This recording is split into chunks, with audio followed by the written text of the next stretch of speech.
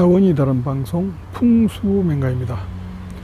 이번 시간에는 주택을 지을 때 부지를 선정하는 것이 얼마나 중요한 것인가 하는 문제에 대하여 설명드리겠습니다. 지금 보이는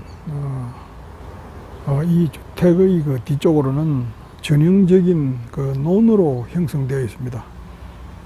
이 수도작을 경작하는 이러한 논들은 비교적 그 땅 자체에 물기를 많이 품고 있는 그런 전형적인 그런 땅이라고 할 수가 있습니다.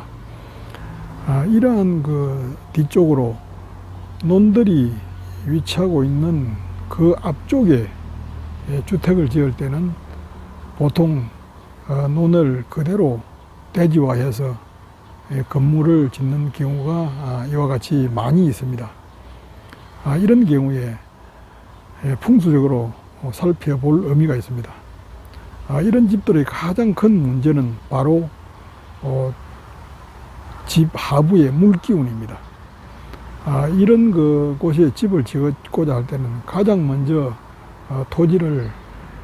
대지를 성토를 하는 것이 중요합니다. 적어도 바로 뒤쪽에 있는 그 논의 높이 이상으로 성토를 한 후에 건축을 해야만이 이 땅이 갖고 있는 물기로부터 습기로부터 그 피해를 주택이 받지 않게 되는 것입니다.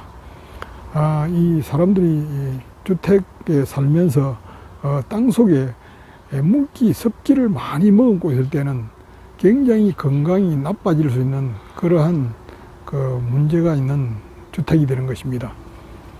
집이 항상 습이 강하고 집안이 습기로 눅눅하게 되는 그런 단점을 지니고 있습니다. 또한 지금 이 집의 경우에 북쪽에 이러한 들판이 위치하고 있다는 것은 북쪽이 완전히 튀어 있는, 즉 말해서 북쪽이 바람에 완전히 노출된 그러한 주택이 되는 것입니다. 가장 중요한 것이 바로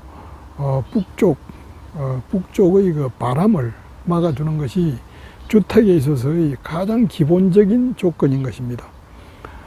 이 주택은 바로 이러한 북쪽이 완전히 튀고 또 그보다 상당히 높은 그런 논을 뒤쪽에 두고 있기 때문에 물기가 상시 굉장히 많이 집에 내재되고 있는 그러한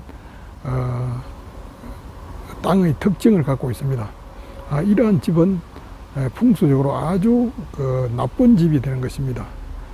적어도 이런 집을 지어서 사는 것은 굉장히 좋지 못한 그러한 사례라고 할 수가 있을 것입니다. 주택을 짓고자 할 때 부지를 선정하는 것이 얼마나 중요한 것인가 하는 것을 알 수 있을 것입니다. 이런 집들은 살아보면은 얼마 되지 않아서 그 주택의 특징 또 그로 인한 주민들에게 미치는 영향 등을 쉽게 알게 되는 것입니다. 많은 돈을 들여서 집을 지어서 뒤에 그로 인한 건강상의 문제나 또 가족의 불행 등이 발생했을 때는 이미 때가 늦은 것입니다. 이러한 피해를 미리 막기 위해서는 주택을 지을 때는 부지 선정을 신중하게 하고 또 부지도 완벽하게 보완을 해서 피해를 최소화할 수 있도록 집을 짓는 것이 현대인들의 중요한 그러한 과제인 것입니다. 집은 그저 아무 곳이나 보기 좋게 지어서 살 수 있는 그런 것이 아닙니다.